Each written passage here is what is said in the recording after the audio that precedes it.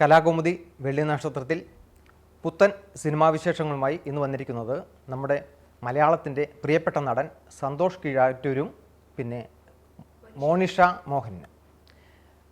1098 എന്ന സിനിമ ഗുരു ഗോവിന്ദ് കഥ എഴുതി, തിരക്കഥ എഴുതി, സംഭാഷണം എഴുതി സംവിധാനം ചെയ്തിരിക്കുന്ന സിനിമയാണ്. അതിൻ്റെ വിശേഷങ്ങളിലേക്കാണ് നമ്മൾ പോകുന്നത്. സർ, കഥയെക്കുറിച്ച് കഥ അങ്ങനെ ഒരു വലിയൊരു ഡീറ്റെയിൽഡ് ആയിട്ട് പറയാൻ കഴിയില്ല. ഇതൊരു ഒരു നടന്ന സംഭവമാണ്. നടന്ന ഒരു സംഭവത്തിൻ്റെ ഒരു സിനിമ ആവിഷ്കാരമാണ്. 1098 എന്ന് പറയുന്നത് ഈ ഒരു ചൈൽഡ് ലൈൻ നമ്പറാണ്. കുട്ടികൾക്കുണ്ടാകുന്ന പ്രയാസങ്ങൾ വിളിച്ചറിയിക്കാൻ പറ്റുന്ന, അതിന് പരിഹാരം കണ്ടെത്തുന്ന ഒരു സെല്ലാണ് അല്ലേ ഈ 1098. ആ നമ്പറിൽ വിളിച്ചാലാണ് ഇതിലേക്ക്. ഇതൊരു സർക്കാർ സംവിധാനമാണ്. അപ്പോൾ ഒരു സ്കൂളിൽ ഒരു കുട്ടി കുറേ ദിവസങ്ങളായിട്ട് കുട്ടി വരുന്നില്ല. അപ്പോൾ അതിനെതിരെ ഈ 1098 ഒരു കംപ്ലൈൻറ്റ് പോവുകയും അത് അന്വേഷിക്കാൻ വരുന്ന 3 ഉദ്യോഗസ്ഥന്മാരാണ്. ഞങ്ങൾ 3 പേര്, മോനിഷ, ഞാൻ, അഡ്വക്കേറ്റ് ഷുക്കൂർ, അറിയാലോ എന്നതാ കേസ് കൂടുതലൊക്കെ സിനിമയിലൊക്കെ അഭിനയിച്ചത്. അപ്പോൾ ഞങ്ങൾ 3 പേര് ആ സ്കൂളിലെത്തുകയും, അപ്പോൾ ആദ്യം ആ സ്കൂളിലെത്തുമ്പോൾ ഒരു മിസ്സിങ് കേസ് എന്ന നിലയിലാണ്. പക്ഷേ അവിടെ എത്തി അവിടുത്തെ ടീച്ചേഴ്സിനെ, പ്രിൻസിപ്പൽ, സ്റ്റുഡൻസ്, മറ്റ് സ്റ്റാഫിനൊക്കെ ചോദ്യം ചെയ്യുമ്പോഴാണ് ഒരുപാട് കോംപ്ലിക്കേഷനിലൂടെ പോകുന്നത്. ആ കുട്ടി എന്തുകൊണ്ട് സ്കൂളിൽ വരുന്നില്ല, എത്ര കാലമായി സ്കൂളിൽ വരാത്തത്, എന്താണ് കാരണം? അതൊരു വലിയൊരു പറഞ്ഞാൽ ഒരു ആനുകാലിക സംഭവമാണ്. കേരളത്തിലെ വളരെ ഞെട്ടിക്കുന്നൊരു സംഭവം. പുതിയ തലമുറ മാത്രമല്ല, എല്ലാ തലമുറയിൽപ്പെട്ടവർക്കും ഇതൊരു വിഷയമാണ്. കുട്ടികൾക്കുണ്ടാവുന്ന വിഷയങ്ങൾ എങ്ങനെ പരിഹരിക്കപ്പെടാം. പല പ്രശ്നങ്ങളും വളരെ ഈസിയായിട്ട് പരിഹരിക്കപ്പെടാൻ പറ്റും. പക്ഷെ അത് പരിഹരിക്കപ്പെടാതെ പെട്ടെന്ന് ഒഴിച്ചു നിർത്തുക അല്ലെങ്കിൽ പുറത്താക്കുക എന്നൊക്കെ പറയുന്നൊരു കഠിനമായ ശിക്ഷ കൊടുക്കുന്നൊരു പരിപാടി ഉണ്ട്. അതല്ല സിനിമ പറയുന്നത്. പക്ഷെ അതുകൊണ്ട് തന്നെ അത് ഏത് തലമുറയിൽപ്പെട്ടവർക്കും ഇത് റിലേറ്റ് ആവും. അല്ല, ആ ഒരു ഇപ്പം ചേട്ടൻ വിചാരിക്കുന്ന ഒരു പ്രവൃത്തിയിലേക്കല്ല സിനിമ നീങ്ങുന്നത്. ഞാൻ വെച്ചാൽ ഒരുപക്ഷെ ആ സിനിമയുടെ ഒരു എൻ്റെ ഒരു പ്രധാനപ്പെട്ട ത്രെഡ് അതാണ്. അപ്പോൾ അത് പറഞ്ഞു കഴിഞ്ഞാൽ സിനിമ കാണാൻ ആഗ്രഹിക്കുന്നവർക്ക് ഒരുപക്ഷെ അതിൻ്റെ ഒരു ക്യൂരിയോസിറ്റി നഷ്ടപ്പെട്ടു. അതുകൊണ്ട് മാത്രമാണ്. അപ്പോൾ ചേട്ടൻ വിചാരിക്കുന്നത് കറക്റ്റാണ്. ചേട്ടൻ വിചാരിക്കുന്നത് കുട്ടികൾക്ക് ഉണ്ടാവുന്ന ഈ ലഹരി പ്രോബ്ലം അല്ലേ, അത് മാത്രമല്ല, അതല്ല ഇതിൻ്റെ സിനിമ പറയുന്ന വിഷയം. അത് പറയുന്ന സിനിമകൾ നമുക്ക് ഒരുപാട് വന്നിട്ടുണ്ട്. ഇതല്ല ഈ പറയുന്നത്. പക്ഷെ അതുകൊണ്ട് നമുക്കത് പെട്ടെന്ന് പറയാൻ പറ്റുമോ അറിയില്ല. പക്ഷെ ഇങ്ങനെയുള്ള പ്രോബ്ലം എങ്ങനെ ഹാൻഡിൽ ചെയ്യാൻ പറ്റുമെന്ന് നമ്മൾ കാണിച്ചു തരും. That's something. ഇതിനെങ്ങനെ ബെറ്റർ ആയിട്ട് ഹാൻഡിൽ ചെയ്യാം. അതിപ്പം കഴിഞ്ഞ ജനറേഷനിലായാലും ഇനി വരാൻ പോകുന്ന ജനറേഷനിലായാലും അത് ചെയ്യാൻ പറ്റും. അതുപോലെ തന്നെ ഒരു ഡിഫറെൻറ്റ് പെർസ്പെക്റ്റീവ് എങ്ങനെ ഹാൻഡിൽ ചെയ്യാൻ പറ്റും ഒരു സിറ്റുവേഷനാണ് നമ്മൾ സാധാരണ ചെയ്യുന്നത് പോലെ അല്ലാണ്ട് how we can do it.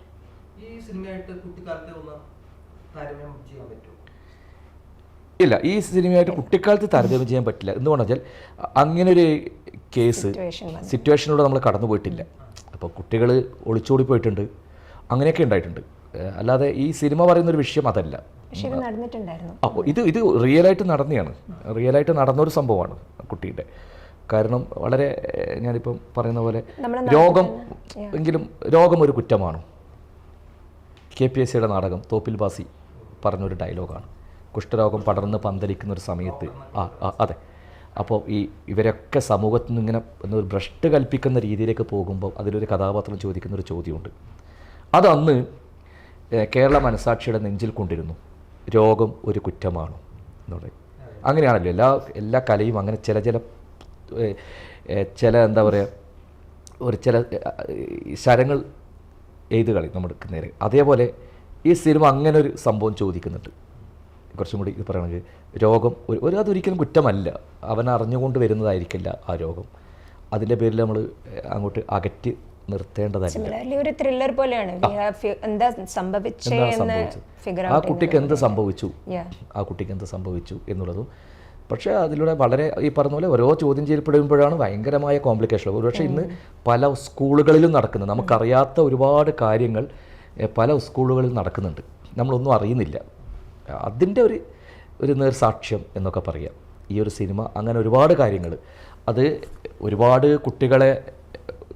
കുട്ടികളോട് സംസാരിച്ചും അധ്യാപകരോട് സംസാരിച്ചിട്ടൊക്കെയാണ് ഇതിൻ്റെ സ്ക്രിപ്റ്റ് റൈറ്ററും ഡയറക്ടറുമായ ഗുരു ഗോവിന്ദ് ഈ സിനിമ എഴുതിയിരിക്കുന്നത്.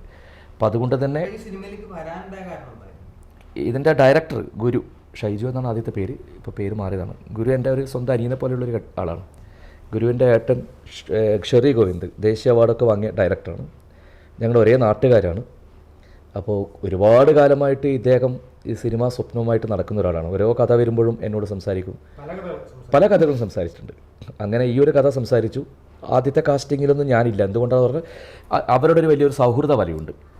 ഷൈജു, ഇതിൻ്റെ ക്യാമറമാൻ പ്രിയൻ, എഡിറ്ററുടെ പേരെന്താണ്, രഞ്ജിത്ത് എല്ലാവരും ഇവരൊരുമിച്ച് എപ്പോഴും വൈകുന്നേരങ്ങളിൽ കൂടുകയും സിനിമ സ്വപ്നം കാണുകയും കഥകൾ പരസ്പരം പറയുകയും ഒക്കെ ചെയ്യുന്ന ഒരു ഇതാണ്. അതിൽ ആ സുഹൃത്ത് സംഘത്തിൽ ഞാനുണ്ട്, പക്ഷെ ഞാൻ അങ്ങനെ എപ്പോഴും കാണാറില്ല. അങ്ങനെ ഇദ്ദേഹം എൻ്റെ അടുത്ത് വന്ന് ഇങ്ങനെ സിനിമ ഓക്കെ, എനിക്ക് പറ്റാവുന്ന രീതിയിലെ കുറേ നിർദ്ദേശങ്ങളൊക്കെ മുന്നോട്ടേക്ക് വെക്കുന്നു. അങ്ങനെ ഒരു ദിവസം ചോദിക്കുന്നു, ഒരു ക്യാരക്ടർ ചെയ്യാമോ? അധികം വലിയ ഫണ്ടൊന്നും ഇല്ലാത്തൊരു സിനിമയാണ്, പക്ഷേ തീർച്ചയായിട്ടും നമ്മുടെ സ്വന്തം കുട്ടികളാണ്, ഞാൻ എപ്പോഴും കാണുന്നവരാണ്. അപ്പോൾ അവരുടെ കൂടെ ഒന്ന് പാർട്ടിസിപ്പേറ്റ് ചെയ്യുക എന്ന് കരുതി അവിടെ എത്തിയപ്പോഴാണ് മോനിഷയെ കാണുന്നത്. മോനിഷ എൻ്റെ നാട്ടുകാരിയാണ്. മോനിഷ ഞാൻ ആദ്യമായിട്ടാണ് കാണുന്നത്. പക്ഷേ മോനിഷയുടെ അച്ഛൻ വളരെ അടുത്ത സുഹൃത്താണ്. മോനിഷയുടെ അമ്മ, ഫാമിലിയൊക്കെ നമുക്ക് അറിയുന്നതാണ്. പിന്നെ ഷുക്കൂർ വക്കീലും അതിലേക്ക് കടന്നു വരികയാണ്. ബാക്കിയൊക്കെ എന്താ പറയുക, നമ്മുടെ നാട്ടുകാരായ ആൾക്കാരാണ്, ഷൈജുവിൻ്റെ സുഹൃത്തുക്കൾ. പിന്നെ കുറേ പേര് സ്കൂളുകളിൽ നിന്നും നാട്ടുമ്പുറത്തുനിന്നും ഓഡിഷൻ ചെയ്ത് എടുത്തതാണ്. അതുകൊണ്ട് തന്നെ ഇതൊരു വലിയൊരു ജനകീയ കൂട്ടായ്മ എന്നൊക്കെ പറയാം. കുറേ പേർ ചേർന്നുകൊണ്ട് ഒരു ചെറിയ ഫണ്ടിൽ ഒരേ മനസ്സുള്ളവർ, സിനിമയെ ഇഷ്ടപ്പെടുന്നവർ, അങ്ങനെയാണല്ലോ, പ്രണയിക്കുന്നവർ, അവരതിൽ വേറൊന്നും കണ്ടുകൊണ്ടൊന്നല്ല, അതിൻ്റെ ഒരു ലാഭം കണ്ടതുകൊണ്ടോ ഒന്നുമല്ല, അതിലെന്ത് കിട്ടും എന്ന് വിചാരിച്ചുകൊണ്ടൊന്നല്ല, ഒരു സിനിമയിൽ അഭിനയിക്കണം, അല്ലെങ്കിൽ ഈ ആർട്ട് ഫോം എന്താണെന്ന് അറിയണം. അങ്ങനെ വന്ന് എത്രയോ പേരുണ്ട്. ടീച്ചേഴ്സ് ഉണ്ട്, മറ്റ് ജോലികൾ ചെയ്യുന്നവരുണ്ട്, കുട്ടികളുണ്ട്.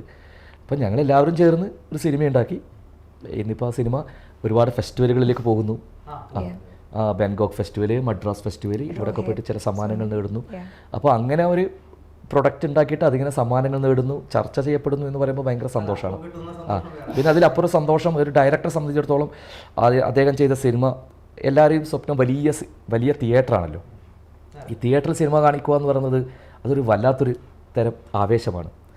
അപ്പോൾ അത് സംഭവിക്കുന്നു. അപ്പോൾ അദ്ദേഹം അത് റിലീസ് ചെയ്യാൻ കാണിക്കുന്ന ഒരു തൻ്റേടുണ്ടല്ലോ, അത് എന്താ പറയുക, കൈയടി കൊടുക്കേണ്ട ഒരു സംഭവമാണ്.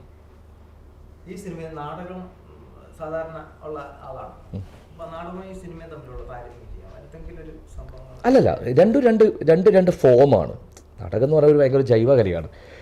ആ സമയത്ത് സംഭവിക്കുന്ന കാര്യങ്ങളൊക്കെയാണ്. അങ്ങനെ ഒരു എന്താ പറയുക, പച്ചയായ മനുഷ്യൻ, അതെ പച്ചയായ മനുഷ്യരുടെ മുന്നിൽ ഒരു പച്ച മനുഷ്യൻ പെർഫോം ചെയ്യുന്ന ഒരു കലയാണത്. സിനിമ അതല്ല, ഇതൊരു കുറേയും കൂടി സാങ്കേതികത്വം ഉള്ളൊരു കലയാണ്, റെക്കോർഡറ്റാണ്. അപ്പോൾ ഇത് രണ്ടിൻ്റെയും ആക്ടിങ് പാറ്റേൺ പോലും മാറ്റാണ്. ഷൂട്ട് നാടകം തുടങ്ങിക്കഴിഞ്ഞാൽ, ഇപ്പോൾ നമുക്ക് നാടകത്തിലാകുമ്പോൾ നമ്മളതൊരു കഥാപാത്രം പഠിക്കുവാൻ ഇവിടെ നമുക്ക് ദിവസങ്ങളോളം കിട്ടും. കാരണം ഒരു മാസത്തെ റിഹേഴ്സലിന് ശേഷമായിരിക്കാം ആദ്യത്തെ സ്റ്റേജ്. അപ്പോൾ ആ ഒരു മാസം നമ്മൾ ആ കഥാപാത്രം എന്താണ്, അതിൻ്റെ ചലനങ്ങൾ എന്താണ്, അതെങ്ങനെയാണ് സംസാരിക്കേണ്ടത്, എങ്ങനെയാണ് പെരുമാറേണ്ടതൊക്കെ സംവിധായകൻ്റെ നിർദ്ദേശത്തോടുകൂടി നമുക്ക് ചെയ്ത്, അതാണ് റിഹേഴ്സൽ ക്യാമ്പ്. പക്ഷേ ഷോ നടക്കുന്ന സമയം ഈ പറയുന്ന പോലെ ആ 1 മണിക്കൂറിൽ എന്ത് തെറ്റുകൾ വന്നാലും നമ്മളത് മെയിൻറ്റെയിൻ ചെയ്ത് പോകണം. സിനിമ അതല്ല. സിനിമ ആ ആക്ഷൻ ആൻഡ് കട്ട് പറയുന്ന ഒരു സമയമുണ്ട്. അതിനിടയിൽ സംവിധായകൻ പറയുന്ന നിർദ്ദേശങ്ങൾക്കനുസരിച്ച് ആക്ടർ പെരുമാറണം. അത് മറ്റൊരു തരത്തിലൊരു വലിയൊരു ഇൻറ്റേർണൽ പ്രോസസ്സാണ്. കാരണം ആ ഒരു ചെറിയ സമയം കൊണ്ട് നമ്മുടെ സർവേന്ദ്രിയങ്ങളും നമ്മൾ കോൺസെൻട്രേറ്റ് ചെയ്ത് ആ കഥാപാത്രത്തിലേക്ക് എത്തിക്കണം. ഒരുപക്ഷെ അതിൻ്റെ ഒരു കണ്ടിന്യൂറ്റി പോലും ഉണ്ടാവില്ല. കാരണം അങ്ങനെയാണല്ലോ സിനിമ അങ്ങനെ ഷൂട്ട് ചെയ്യുന്നതാണ്. അപ്പോൾ അത് ആ ആക്ടർ എപ്പോഴും വളരെയധികം എന്താ പറയുക, ജാഗ്രത പുലർത്തണം. നടൻ ഏത് നിമിഷവും കഥാപാത്രമായി മാറണം. അതിൻ്റെ കണ്ടിന്യൂറ്റി ഇല്ലാതെ നമുക്ക് ആക്ട് ചെയ്യേണ്ടി വരും. അപ്പോൾ അതുകൊണ്ട് അതാണ് പറഞ്ഞത്. അപ്പോൾ ഈ രണ്ട് അതങ്ങല്ലേ. ഇപ്പം അച്ഛനാണോ അമ്മയാണോ ഏറ്റവും കൂടുതൽ ഇഷ്ടം എന്ന് ചോദിച്ചാൽ അച്ഛൻ്റെ സ്നേഹമാണോ സംതൃപ്തി, അമ്മയുടെ സ്നേഹമാണോ, എനിക്കറിയില്ല. അപ്പോൾ ഞാൻ പലപ്പോഴും നേരിടുന്ന ഒരു വിഷയമാണ്. ഞാൻ പറയുന്നത് അഭിനയിക്കുക എന്ന് പറയുന്നത് പണ്ട് ലാലേട്ടൻ പറഞ്ഞൊരു ഇതാണ്. അത് കേട്ടപ്പോഴാണ് എനിക്കതിൻ്റെ ഒരു ഭയങ്കര അതിൻ്റെ പ്രസക്തി മനസ്സിലാക്കിയത്. അഭിനയം എന്നത് ഒരു ധർമ്മമാണ്, എൻ്റെ ധർമ്മമാണ്. അതിപ്പോൾ ചില സമയത്ത് എനിക്ക് നാടകത്തിലായിരിക്കാം ചില നല്ല കഥാപാത്രം കിട്ടുന്നത്. ഞാൻ 2 തവണ സംസ്ഥാന അവാർഡ് വാങ്ങിയ നടനാണ്. അതുകൊണ്ട് എനിക്ക് സിനിമയിൽ അവാർഡ് കിട്ടണമെന്നില്ലല്ലോ. അന്ന് സംഭവിച്ചതാണ്. ആ ഒരു നാടകം നമുക്ക് കഴിഞ്ഞ ഉടൻ തന്നെ ഓഡിയൻസിന് കിട്ടുന്ന ഒരു വലിയൊരു അപ്രിസിയേഷൻ ഉണ്ട്. ആ സമയത്ത് നമുക്ക് ഭയങ്കര സംതൃപ്തിയായിരിക്കാം. പിറ്റേ ദിവസം നമ്മളൊരു 5 പൈസ പോക്കറ്റില്ലാതെ വീട്ടിലിരിക്കുമ്പോൾ മോൻ്റെ ഫീസ് പോലും അടക്കാൻ പറ്റാതെ ഇരിക്കുന്ന സമയത്ത് ഒരു സംതൃപ്തി ഉണ്ടാവില്ല, നിരാശയായിരിക്കും, അല്ലേ? ഞാനിപ്പോൾ പറഞ്ഞാലേ നിങ്ങൾക്കറിയുള്ളൂ ഞാൻ ഇങ്ങനെ സ്റ്റേറ്റ് അവാർഡ് വാങ്ങിയ നടനാണ്, അല്ല ഞാനിപ്പോൾ അവതരിപ്പിച്ചുകൊണ്ടിരിക്കുന്ന പെണ്ണടൻ നല്ലൊരു നാടകമാണ്. നാടകം ആ സമയത്ത് കണ്ടവർക്കേ അറിയുള്ളൂ. പക്ഷേ സിനിമയിൽ ഞാനൊരു ചെറിയൊരു വേഷം ചെയ്താൽ ആ വേഷം ശ്രദ്ധിക്കപ്പെട്ട് കഴിഞ്ഞാൽ ഞാൻ പറയുന്നു, ഞാൻ ഈ ഭൂമിയിൽ നിന്ന് പോയാലും അത് അവശേഷിക്കും. ഇപ്പം ഞാൻ ചെയ്തിരിക്കുന്ന വിക്രമാദിത്യത്തിലെ കഥാപാത്രമായാലും പുലിമുരുകലായാലും ഏതായാലും പത്തേമാരിയായാലും ഗ്രേറ്റ് ഫാദർ ആയാലും അതവിടെ ഉണ്ട്. അതാണ് സിനിമ എന്ന് വെച്ചാൽ ഏറ്റവും വലിയൊരു കലാരൂപമാണ്. അത് റെക്കോർഡറ്റാണ് ഏത് നിമിഷവും. ഒരുപക്ഷെ കുറേ കാലം കഴിയുമ്പോൾ ഇപ്പോൾ കുഞ്ഞാലി മരക്കാരൻ എന്ന് പറഞ്ഞ സിനിമയിൽ ഞാൻ അഭിനയിച്ചു. കുറേ കഴിയുമ്പോൾ കുട്ടികളുടെ ഒരു റെഫറൻസ് ആ സിനിമയായിരിക്കാം, കുഞ്ഞാലി മരക്കാരൻ എന്താണ്. അപ്പോൾ ആ സിനിമ കുട്ടികളെടുത്ത് കാണുമ്പോൾ എന്നെ അറിയണമെന്നില്ല, അല്ലെങ്കിൽ എൻ്റെ വരാൻ പോകുന്നൊരു തലമുറപ്പെട്ട കാര്യം കൊണ്ടെങ്കിൽ എന്നെ കാണാൻ സാധിക്കും. പക്ഷെ ലോകത്തിൽ ഒരുപാട് നാടകങ്ങളുണ്ടാക്കിയ പ്രതിഭകളുണ്ട്, നമുക്കറിയ പോലും ചെയ്യില്ല. പക്ഷെ അതുകൊണ്ട് രണ്ടിനെയും നമുക്ക് തുലനം ചെയ്യാൻ പറ്റില്ല. എല്ലാം ആസ്വദിച്ച് ചെയ്യുക, പൂർണ്ണമായി അതിനോട് ഡെഡിക്കേറ്റ് കൂടി ചെയ്യുക. സംതൃപ്തി എന്ന് പറയുന്നത് ആ സമയത്ത് കിട്ടുന്നത്. അപ്പോൾ ചില സമയത്ത് സംതൃപ്തിക്ക് കുറേ വ്യാഖ്യാനങ്ങൾ കൊടുക്കാം. കുറേ സമ്പത്ത് നേടുന്നതും അതും വേണം. ഞാൻ നേരത്തെ പറഞ്ഞ പോലെ ഒരു വലിയൊരു നാടകം കളിച്ചിട്ട് ഞാൻ വന്നു. 10-15 ലക്ഷം രൂപ 20 ലക്ഷം രൂപ ചിലവിട്ട് നാടകമാണ്. നാടകം കളിച്ച് ഞാൻ വീട്ടിലെത്തുമ്പോൾ മോന് അസുഖം കൂടി, പനി കൂടി, ICUയിൽ അഡ്മിറ്റ് ചെയ്തു. എൻ്റെ പോക്കറ്റിലാണ് 1000 രൂപയേ ഉള്ളൂ. ഞാൻ വല്ല നടന്നു പറഞ്ഞിട്ട് കാര്യമില്ല. ഞാൻ ആ ദേഷ്യത്തിൽ ഞാൻ അവിടുത്തെ ഹോസ്പിറ്റലിലൊരു അടുത്ത സിസ്റ്റേഴ്സായിട്ട് എന്തോ ഒരു വിഷയം ഉണ്ടായി. അവിടുത്തെ അവരൊരു ട്രീറ്റ്മെൻറ്റ് കറക്റ്റില്ലാത്തതുകൊണ്ട് എനിക്കൊരു ദേഷ്യം വന്നിട്ട് ഞാൻ അവിടുത്തെ ഒരു ചില്ലടിച്ച് പൊട്ടിച്ചിട്ടുണ്ട്. അത് 2 തരത്തിലാണ്. ഒന്ന്, ഞാൻ ഇത്രയും ഒരു മാസം ഞാനൊരു വലിയൊരു നാടകത്തിൽ അഭിനയിച്ചു. ഒരു വലിയ സദസ്സിൻ്റെ മുമ്പിൽ നാടകം കഴിഞ്ഞു, കയ്യടി കിട്ടി. പക്ഷെ തിരിച്ചു വരുമ്പോൾ എൻ്റെ പോക്കറ്റിലൊന്നുമില്ല. അവിടെ സംതൃപ്തി കൊണ്ട് ഒരു കാര്യമില്ല, അത് പുഴുങ്ങി തിന്നാൻ പറ്റില്ല. ഈ സിനിമയിലേക്ക് വന്ന ഈ സിനിമയുടെ ലൊക്കേഷനൊക്കെ എവിടെയായിരുന്നു? ഇത് തളിപ്പറമ്പ്, കണ്ണൂർ ജില്ല തളിപ്പറമ്പിൽ ആലക്കോട് മലയോര മേഖലയാണ്. ഭയങ്കര സുന്ദരമായിട്ടുള്ളൊരു ലൊക്കേഷൻ. എത്ര ഷെഡ്യൂളായിട്ട് ഇത് തരുന്നത്? ഒറ്റ ഷെഡ്യൂളാണ്. ഞാൻ പറയും, ഇതൊരു നമ്മളൊരു സാധാ സിനിമ ചെയ്യുന്ന പോലെ ഒരു ഫോർമാറ്റിലല്ല ചെയ്തത്. എല്ലാവരും ഒരു കലക്റ്റീവ് ആൾക്കാരാണ്. ഒരു കൂട്ടം സൗഹൃദങ്ങളെ വെച്ചുകൊണ്ട് അവർ രാവിലെ അവിടെ വന്ന് ക്യാമ്പ് ചെയ്യും, വൈകുന്നേരം രാത്രി തിരിച്ചു പോകും. അങ്ങനെയൊക്കെ സ്വന്തം വാഹനത്തിൽ വരും, എല്ലാവരും ഒരുമിച്ച് വട്ടത്തിലിരുന്ന് ഭക്ഷണം കഴിക്കും. വേണം ഒരു പൊതിച്ചോറ് വാഴിക്കും, 1-2 പേര് ഷെയർ ചെയ്യുക. ഭക്ഷണം ഇല്ലാത്തതുകൊണ്ടല്ലേ. അങ്ങനെയൊക്കെയുള്ളൊരു വലിയൊരു ഒരു കൂട്ടായ്മയിലൂടെ ഉണ്ടാക്കിയ സിനിമയാണ്. ഈ സിനിമയിൽ പാട്ടുകളൊക്കെ പാട്ടുകളുണ്ടോ? ഒരു പാട്ടുണ്ടല്ലേ. അത് ശരിക്കും സംഭവത്തിന് യോജിച്ച ഒരു സന്ദർഭത്തിലാണോ പാട്ടുകൾ? തീർച്ചയായിട്ടും. ഈ സിനിമ കൂടുതൽ ഈ സൊസൈറ്റി തന്നെയാണ്, സൊസൈറ്റി ആയിട്ട് അടുത്ത്, അല്ലാതെ ഒരു തരത്തിലുള്ളൊരു എൻ്റർടൈൻമെൻറ്റ് എന്നതിലപ്പുറം വളരെ കാലിക പ്രസക്തമായ വിഷയം തന്നെയാണ് ഈ സിനിമ സംസാരിക്കുന്നത്. പിന്നെ മനുഷ്യയെ പോലെയുള്ള പുതിയ ആൾക്കാർ അഭിനയിച്ചിട്ടുണ്ട്. കോൾഡ് എന്ന് പറഞ്ഞ സിനിമയിൽ. അതിനുശേഷം കുറച്ച് അഡ്വർടൈസ്മെന്റ്സും ഷോർട്ട് ഫിലിംസ് എല്ലാം ചെയ്തു. മനുഷ്യ ഡോക്ടറും കൂടി കേട്ടോ. അതെ, തീർച്ചയായിട്ടും. ഇല്ല, ഈ ഒരു വിഷയത്തിനെ കുറിച്ച് ഇപ്പം പറയുന്നില്ല, റിലീസ് ആയതിനു ശേഷം പറയാം. അതാണ്. അല്ല, സംവിധായകൻ ഉണ്ടെങ്കിൽ എന്താ വിഷയം എന്ന് വെച്ചാൽ ഇതാണ്, ഈ ചില സിനിമ നമ്മളിപ്പോൾ അത് പറഞ്ഞു കഴിഞ്ഞാൽ ഫുൾ സിനിമയുടെ ഇത് പോയി, ആ ഇന്റൻസിറ്റി പോയി. ഒരു പരിമിതിയുണ്ട് പലപ്പോഴും. നമ്മളൊരു ഇൻ്റർവ്യൂവിൽ സിനിമയുടെ കഥ പറഞ്ഞ് അതിനേക്കാളും നല്ലത് സിനിമ എങ്ങനെ ഉണ്ടായി, ആ സിനിമ എന്താണ് പറയുന്നത്, ആ സിനിമ എങ്ങനെ സമൂഹമായിട്ട് നിൽക്കുന്നുണ്ടോ, അങ്ങനെ കുറച്ച് കാര്യങ്ങൾ പറയുമ്പോൾ തീർച്ചയായിട്ടും.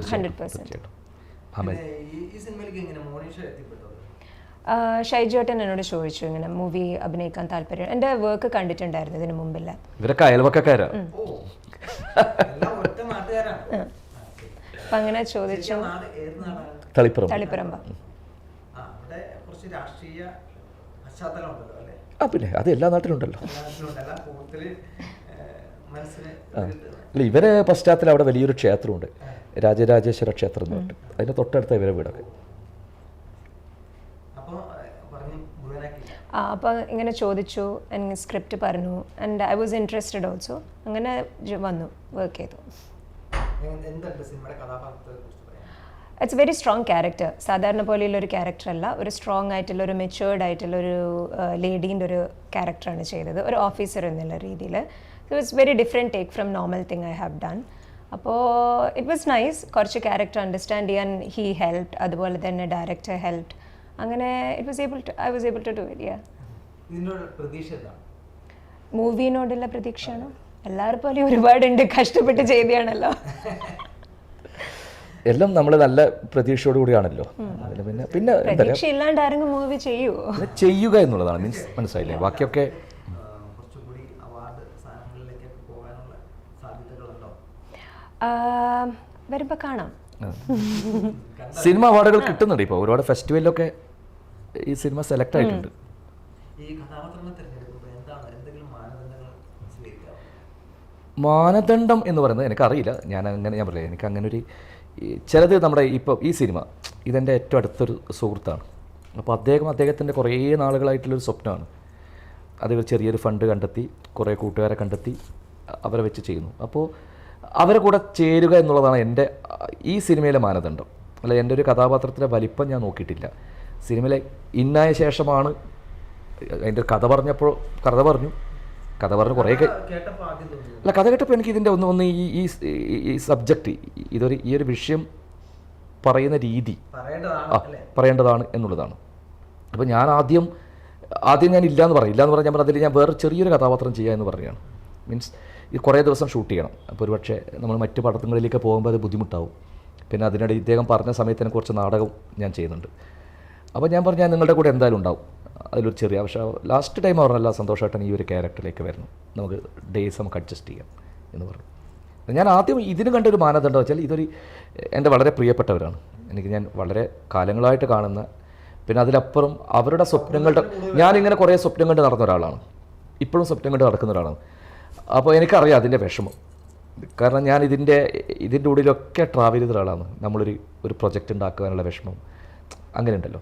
അപ്പോൾ അങ്ങനെ ഒരു പ്രൊജക്റ്റ് ഉണ്ടാക്കുമ്പോൾ അവരെ കൂടെ ചേരുക, അല്ലാതെ അതാണ് ഞാൻ കണ്ടൊരു മാനദണ്ഡം. ആ സുഹൃത്ത് ബന്ധത്തിന് ഞാൻ പ്രാധാന്യം കൊടുത്തു, അത് മാനദണ്ഡം. ക്യാരക്ടർ നല്ല ക്യാരക്ടർ.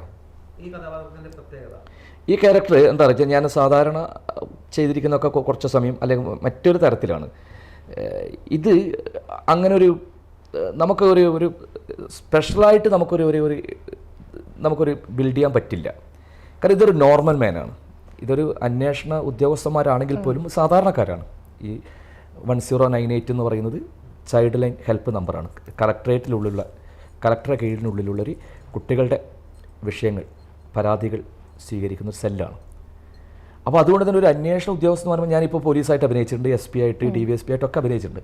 അപ്പോൾ അതിലൊക്കെ നമുക്കൊരു ശരീരഭാഷ കൊണ്ടുവരാൻ സാധിക്കും, കുറച്ച് ആക്ടിങ്ങിൽ. അതും പറ്റില്ല.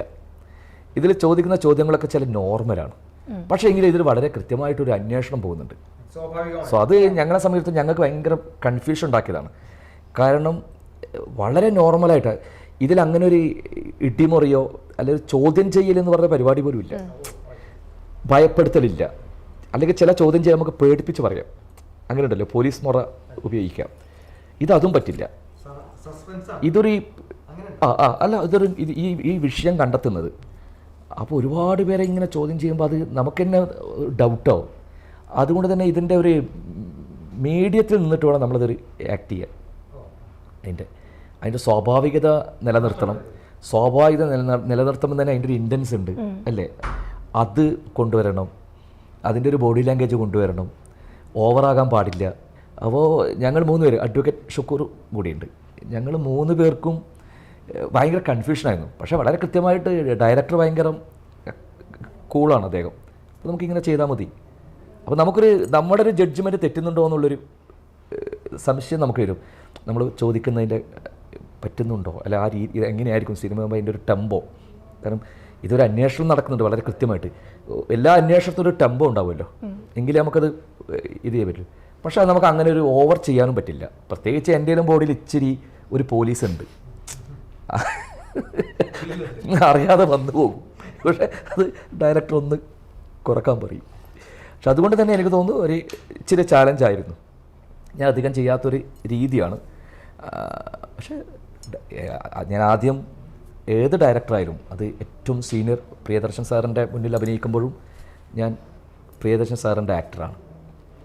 ഗുരു ഗോവിന്ദിൻ്റെ മുന്നിൽ അഭിനയിക്കുമ്പോഴും ഞാൻ അദ്ദേഹത്തിൻ്റെ ആക്ടറാണ്. അദ്ദേഹം എന്താണോ പറയുന്നത്, അദ്ദേഹം പറയുന്ന രീതിയിലേക്ക് എൻ്റെ ക്യാരക്ടർ പോകുന്നുണ്ടോ, അദ്ദേഹത്തിന് ഇഷ്ടപ്പെടുന്നുണ്ടോ, അപ്പോഴാണ് ഞാനും ഹാപ്പി ആവുക.